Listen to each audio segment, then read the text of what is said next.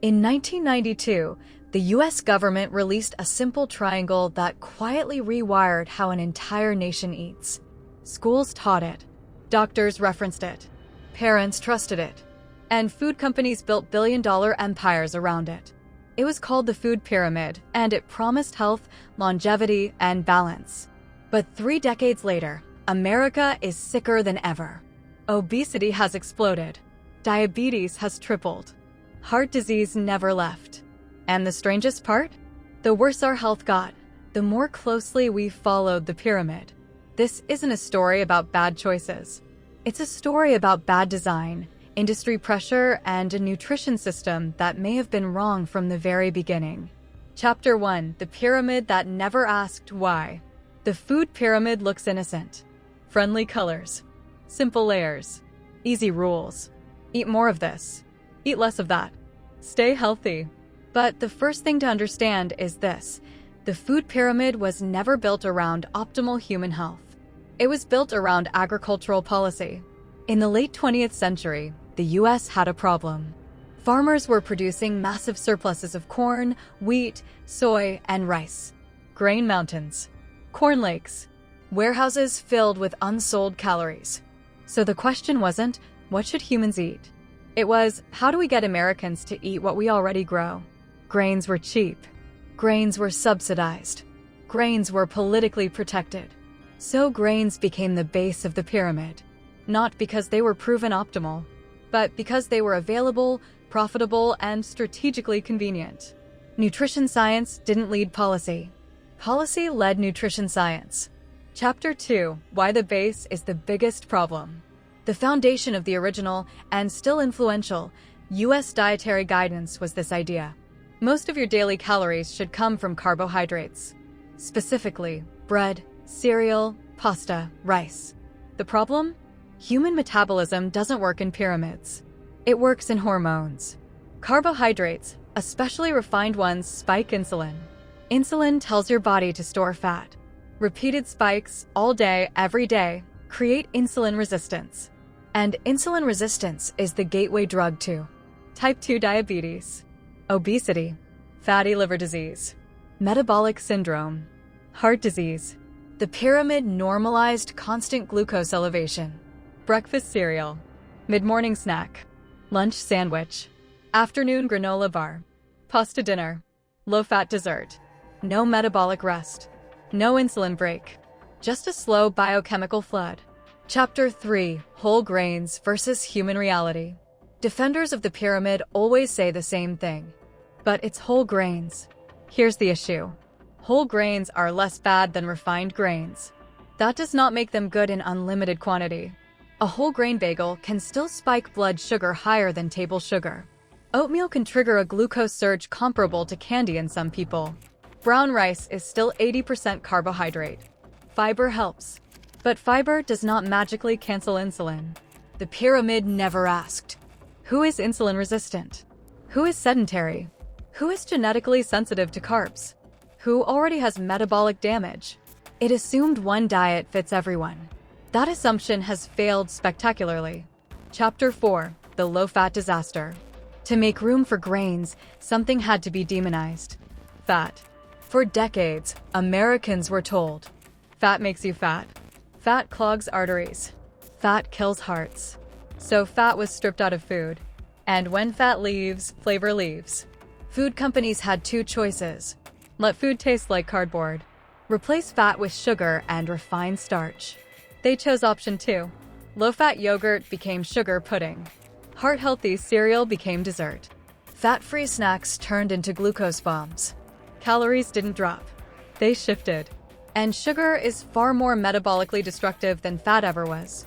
Chapter 5: Protein, the afterthought that should have been central. Protein builds muscle. Protein preserves metabolism. Protein controls appetite. Protein stabilizes blood sugar. So where did the pyramid put it? A small side layer. Easily skipped. Often minimized. This was catastrophic. Low protein intake.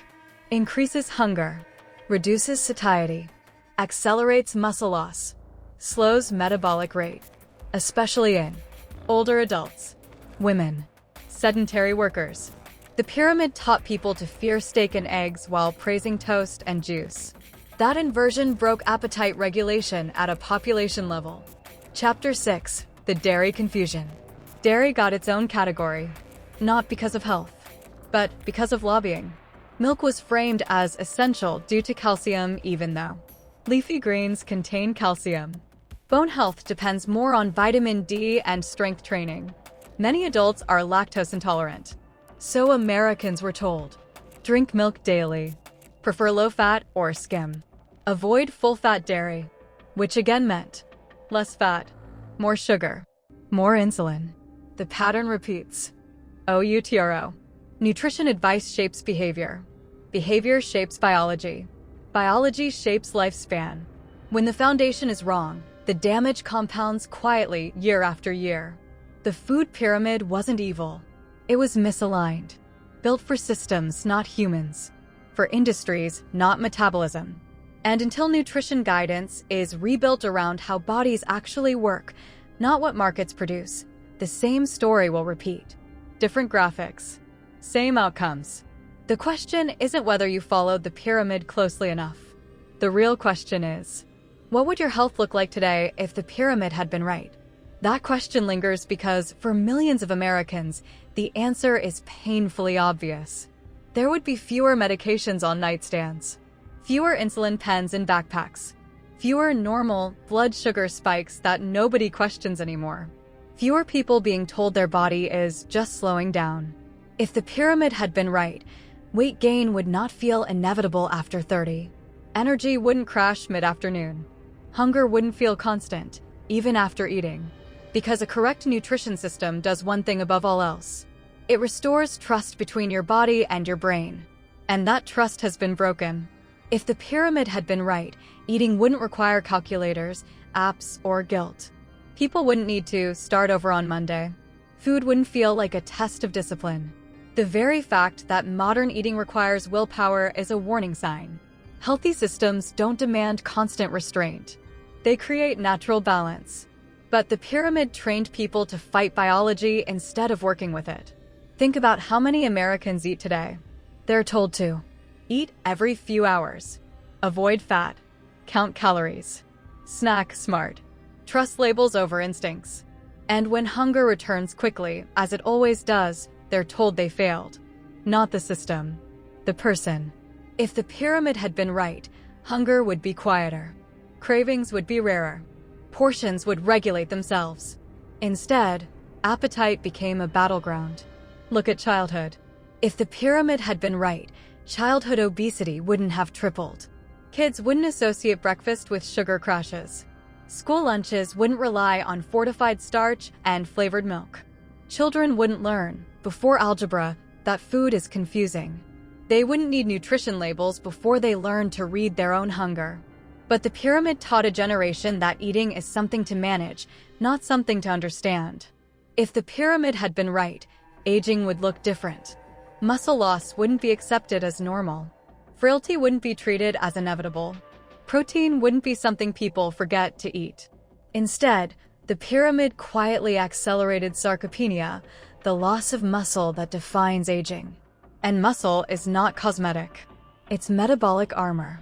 It controls blood sugar, protects bones, regulates insulin sensitivity, preserves independence. A system that marginalizes protein doesn't just affect waistlines. It affects how long people remain functional. If the pyramid had been right, diabetes wouldn't be a trillion-dollar industry. Doctors wouldn't manage blood sugar. They'd prevent its collapse. Prediabetes wouldn't be brushed off as borderline. Metabolic disease wouldn't be normalized. But the pyramid normalized glucose dependency. 3 meals, 3 snacks. Never let blood sugar drop. The result? Bodies forgot how to switch fuels. Fat burning became a lost skill. If the pyramid had been right, food companies wouldn't need to engineer compliance. They wouldn't need artificial flavors, texture enhancers, sugar-fat combinations, ultra-palatable mouthfeel. Those exist because the foods people were told to eat weren't satisfying.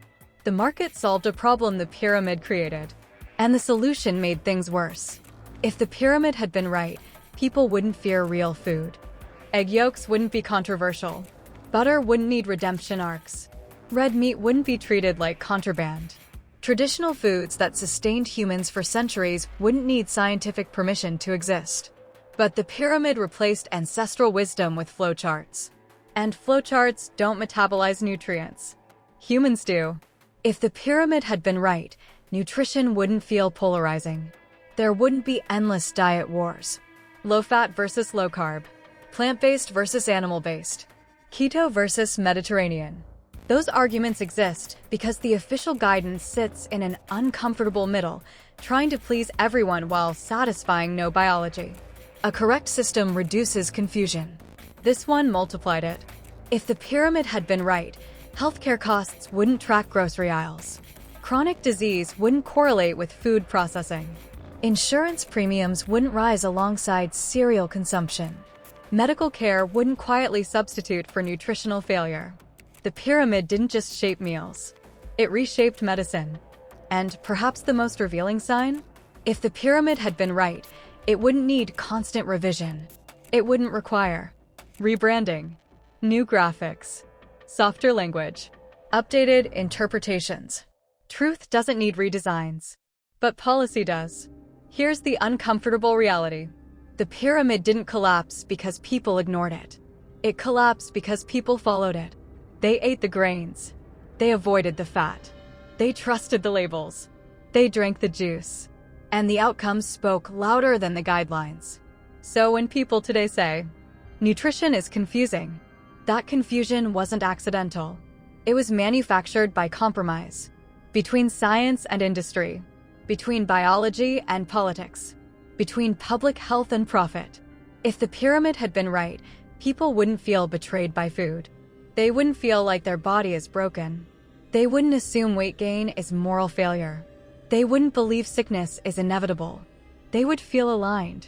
Instead, they feel gaslit. And that's why this matters now. Because every new generation inherits the same quiet assumptions. That hunger is dangerous. That fat is suspect. That grains are foundational. That processing is irrelevant. And unless those assumptions are challenged, the cycle repeats. Different slogans. Same outcomes. The real lesson of the food pyramid isn't nutritional. It's systemic. When guidelines are designed to support systems instead of humans, the damage compounds slowly, then all at once. And by the time it's obvious, an entire population is already paying the price. So the question remains not as nostalgia, but as warning. What would your health look like today if the pyramid had been right? And just as important, what could it look like tomorrow now that we know it wasn't?